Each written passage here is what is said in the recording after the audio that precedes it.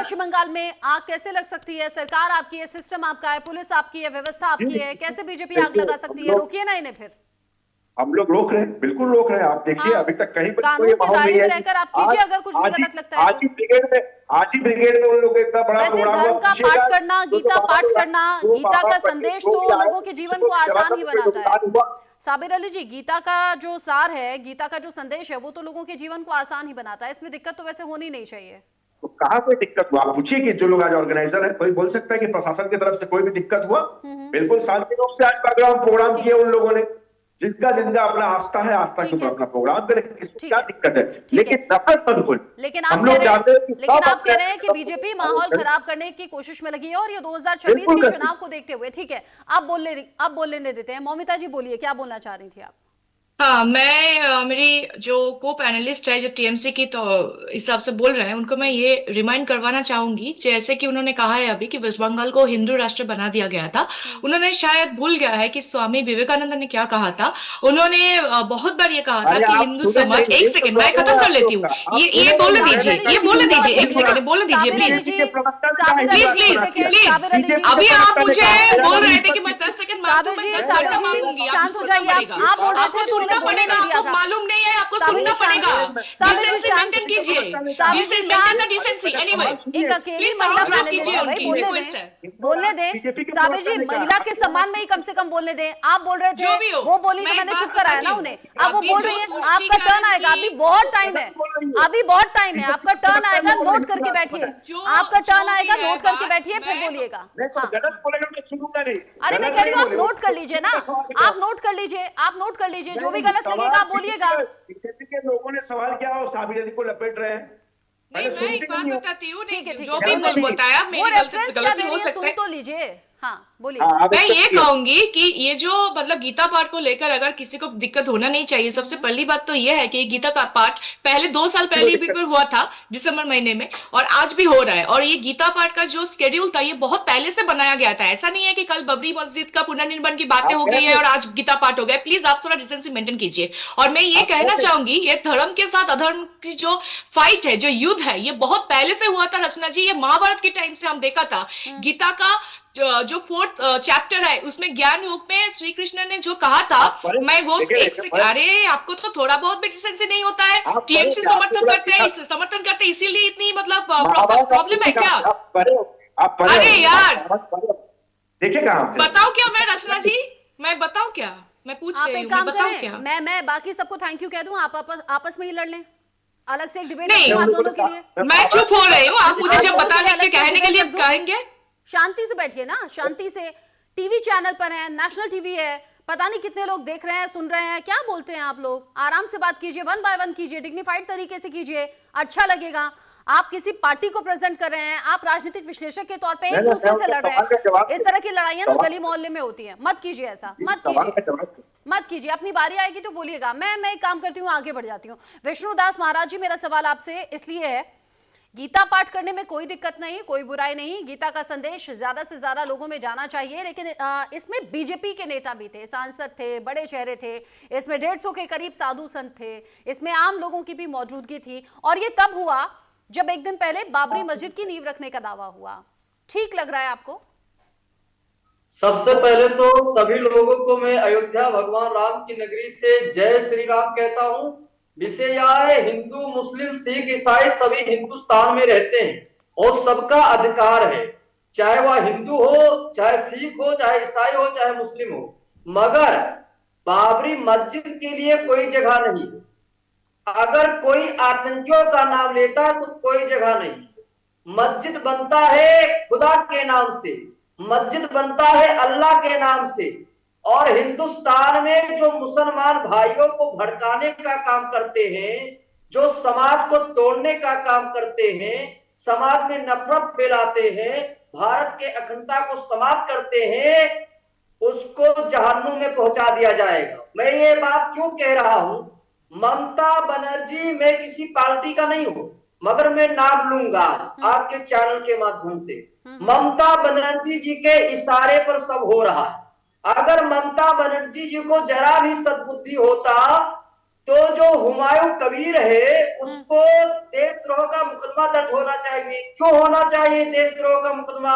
क्योंकि अगर कोई व्यक्ति किसी आतंक का नाम लेता है तो वो देशद्रोही ही है। क्योंकि आप अल्लाह का नाम लीजिए, खुदा का नाम लीजिए, मस्जिद बनाइए, जो भी खर्च लगेगा हम देंगे। विषय है बाबर से क्या तकलीफ है आपको? बाबर से क्या तकलीफ है? आप प्लीज में मत बोलिए, डिबेट नहीं, थोड़ा बताते चलिए, फाजिल सबका अहमद जी, ज्ञान अगला वर्धन नंबर करा आपका ही दीजिए। है। फाजिल जी, अगला नंबर आपका ही है। बाबर से तकलीफ क्या है? बाबर से तो तकलीफ ही तकलीफ है कबीर जी, बाबर से तकलीफ ही तकलीफ है। बाबर एक आतंकी थी, आतंकी थे, आतंकी। सुन लीजिए, हमारी बात सुन लीजिए। बोलिए। विषय यह है, गीता के पाठ से ही बंगाल में राम राज की स्थापना होगा और आतंक का जो बाबरी मस्जिद के शिलान्यास के लिए वो कर रहे हैं तैयारियां, उसके विनाश के लिए गीता का पाठ। हम सभी साधु संत वहां सम्मिलित होंगे। फोन आया था, 2-3 दिन में हम भी पहुंच जाएंगे वहीं। क्यों? मैं हनुमान चालीसा पाठ यहीं से कर रहा हूं। मैं तो कह रहा हूं, हे हनुमान जी महाराज, हे रघुनंदन, ऐसे लोगों को सद्बुद्धि दीजिए। हिंदुस्तान में रह करके हिंदुस्तान के साथ गद्दारी करते हैं। बट एक बात तो ऐसे लोग एक बात तो भड़काते है, हैं। ममता बनर्जी के बारे में आप कुछ भी बोलिए, कैसी हैं वो तुष्टीकरण की राजनीति करती हैं, मुस्लिमों को बढ़ावा देती हैं, लेकिन अगर पश्चिम बंगाल में अगर कोलकाता से ऐसी तस्वीर सामने आ जाए जहां 5 लाख लोग इकट्ठा हों, वो भी हिंदू समर्थक हैं, वो सनातनी हैं, वहां साधु संत हैं, वहां बीजेपी के बड़े चेहरे हैं और वहां गीता पाठ का संदेश दिया जा रहा है, गीता पाठ किया जा रहा है, तो ये भी अपने आप में मिसाल है। जैसा अभी कह रहे थे साबिर अली जी, भाई किसी भी तरह की कोई प्रॉब्लम हुई हो, किसी भी तरह से कोई अड़चन आई हो तो हमें बता दें, तो ये भी अप्रिशिएबल है। अगर पश्चिम बंगाल में आप कह रहे हैं कि हिंदू पलायन करने के लिए मजबूर हो गए, तो ये भी तो एक मिसाल है ना। 5 लाख लोग कम नहीं होते।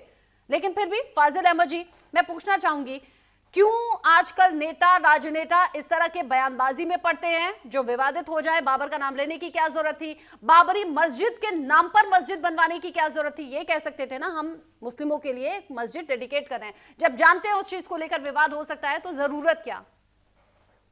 देखिए, कलकत्ता हाई कोर्ट ने सुनने से इनकार कर दिया, बोला कि इसमें कोई दिक्कत नहीं है। तो संविधान तो वही, संविधान से तो प्रूफ हो गया कि कोई दिक्कत नहीं है। हाँ। अब ये कह रहे हैं कि हम श्राप दे देंगे तो हुमायूं कबीर मर जाएगा, ऐसा हो जाएगा, वैसा हो जाएगा। एक सेकंड, पीसीआर प्लीज नाम लिखें। हाँ, फाजिल जी बोल रहे हैं, आप शांत हो जाइए, आप शांत हो जाइए। विष्णुदास जी, विष्णुदास जी, ठीक है। अभी फाजिल अहमद बोल रहे हैं, एक बार सुन लेते हैं उसको। इस्लामिक स्कॉलर के तौर पर वो अपनी बात कह रहे हैं, हुमायूं कबीर के बयान को वो किस तरीके से देखते हैं, उनकी बातों को किस तरीके से समझते हैं, एक बार उन्हें सुन लें, फिर आप रिएक्ट कीजिएगा, ठीक है? हाँ, फाजिल अहमद जी बोलिए। इस शराब दे देंगे तो हुमायूं कबीर मर जाएगा। अब मोहम्मद गोरी आया, तोड़ ताड़ के ले गया, कुछ हुई भी नहीं किया उसका। अरे ये सब कहने से क्या फायदा है? और बाबर तो इस देश का महान राजा थे, उन्होंने अखंड भारत का निर्माण किया। बाबर के आने से पहले वही शब्द बोल रहे हैं फाजिल अहमद जी, आप भी वही शब्द बोल रहे रचना हैं। जी, बाबर महान राजा थे, बाबर एक घुसपैठिया आप भी वही शब्दों का इस्तेमाल कर रहे हैं बाबर जो एक विवादित घुसपैठिया है। थे, पहले कोई आतंकी थे। मगध का राजा, कोई अवध का राजा, जो घुसपैठिया लेकर ममता बाबर बनर्जी ने आज तो इलेक्शन जीत इब्राहिम रहे हैं, लोधी रोहिंग्या से। आतंकियों को आप महान नहीं बता सकते।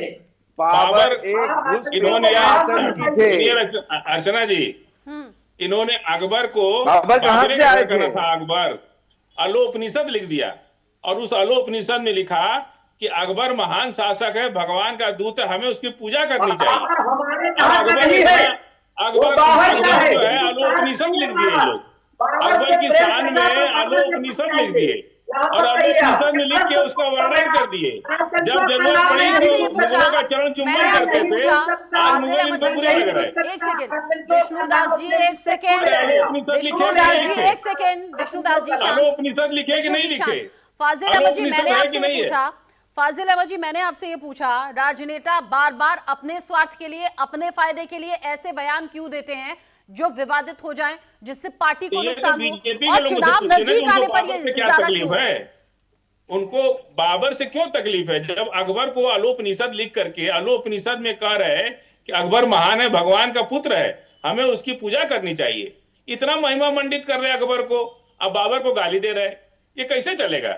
जब आपकी जरूरत थी तो आपने चरण चुंबन कर लिया उसका, जब जरूरत खत्म हो गई तो अब गाली दे रहे हैं आप। अच्छा एक बात तो सबसे ज्यादा मुगलों के समय में हिंदू धर्म जो है, सनातन धर्म जिसको बोल रहे हैं, सबसे ज्यादा फैला। और तब अकबर को ये लोग महान बता रहे थे, भगवान का पुत्र, अलो उपनिषद लिख दिए, बाकायदा एक उपनिषद ही लिख दिए, अलो उपनिषद। पढ़ लीजिए गूगल खोल करके, यही पढ़ लीजिए स्टूडियो के अंदर। इतना अकबर से इतना प्यार और बाबर से इतनी दुश्मनी क्यों है भाई? हालांकि उसी इस के सवाल घर में का तो भास्कर है। घोष जी से पूछना चाहूंगी। भास्कर घोष जी एक बात बताइएगा, जब बाबरी मस्जिद